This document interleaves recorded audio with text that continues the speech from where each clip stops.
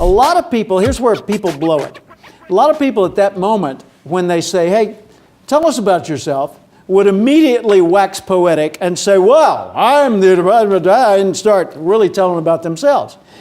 Luckily, I was enlightened enough at the moment, which was rare for me, to do the right thing. And I told them a little bit about me and immediately asked a question that got them talking again. Yeah. And because I was there to listen and learn, not to promote. So I listened and learned, and they started liking me. Well, the guy's nice. He's courteous. He's professional. He seems fairly bright. And so I got more involved. Then later in the day, there was the first ever Speaker Hall of Fame induction ceremony. Oh, wow. First ever. 1976, Louisville, Kentucky. 1978. I joined in 76, and the meeting was in 78. Louisville, Kentucky, and at the Galt House Hotel. And the keynote speaker was Zig Ziglar, one of the newer speakers on the circuit at the time.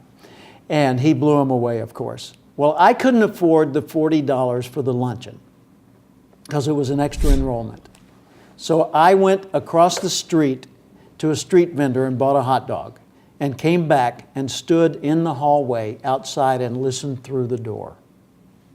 I did.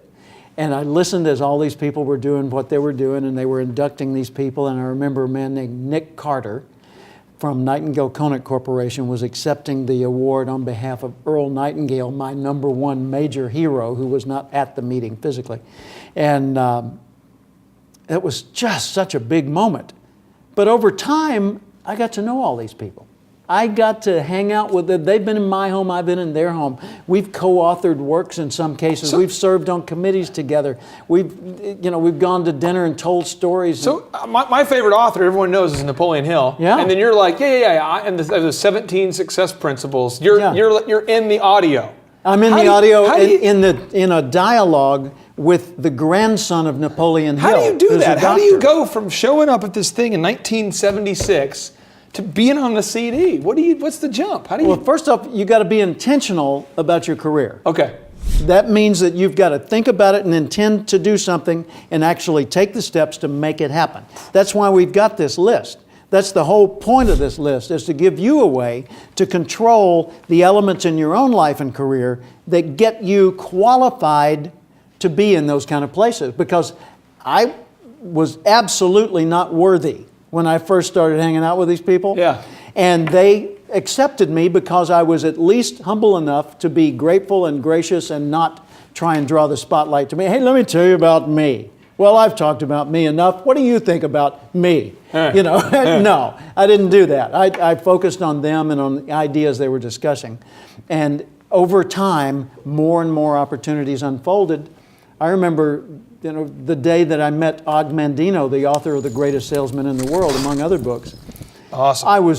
I felt unworthy to touch his hand, and then we hit it off, and we collaborated on some works. And then one day, I was with W. Clement Stone, his boss, who was at the time the richest man in North America, the founder of Combined Insurance Company of North America, and previous personal manager of, Napoleon Hill, the author of Think and Grow Rich. So W. Clement Stone was speaking at the JC's National Convention in Indianapolis, and I was his host from the JC's organization. So I was taking care of his needs and walking him around. And we walked over to an exhibit area, and Og Mandino was there on behalf of Success Magazine that he was president of. And he was telling people about the magazine and about what they could do for the JCs. And we walked up. Now here's W. Clement Stone, richest man in America, big deal, brilliant guy, author of the Success System That Never Fails. And little old me, rosy cheeked kid. And we walk up to the booth, and Og says, "Hey, boss, how you doing?" "Boss, this is Jim Cathcart." Og Mandino recognized me and pointed me out to the guy that I was escorting that day. And he said, "Boss, Jim's a great writer." blows your mind. A great writer, called me a great writer. Someday I hope to prove him right on that. But wow, what a moment. And this is what we're talking about when we say a fortress of relationships. When you think of the word fortress, what do you think of? I mean, you think of a fortified something. You think about like maybe a guy has a castle that he's built around back in the medieval times. Imagine that you're in a random crowd of people and you see a marauding herd of assassins headed your way. What are you going to do? Excuse me, you're a big guy. Would you stand over here near me? Hey, I'll tell you what, you and me, we get back to back and let's use these sticks as defense, right? You build a fortress of relationships to protect you from the marauding herds. Well, on another level, you're doing that in your own life, but doing it in a much more benign and generous way. People who are well connected, by the way, don't have a hard time finding jobs, bouncing back from adversity, because you always have that fortress around you that kind of protects you from the ups and downs of the economy. It connects you to things. This is so right now, Thrivers, action items. I encourage you to write down, just write down right now. Go ahead and write down a list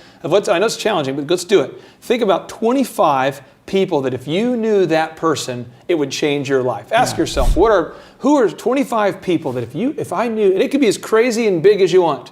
Because Jim over here, you wrote down these people who are the leaders of your industry. So go ahead and put people them that I thought were way, way, way beyond my reach. By the way, it's not people who, if you knew them, it's people who, if they liked you.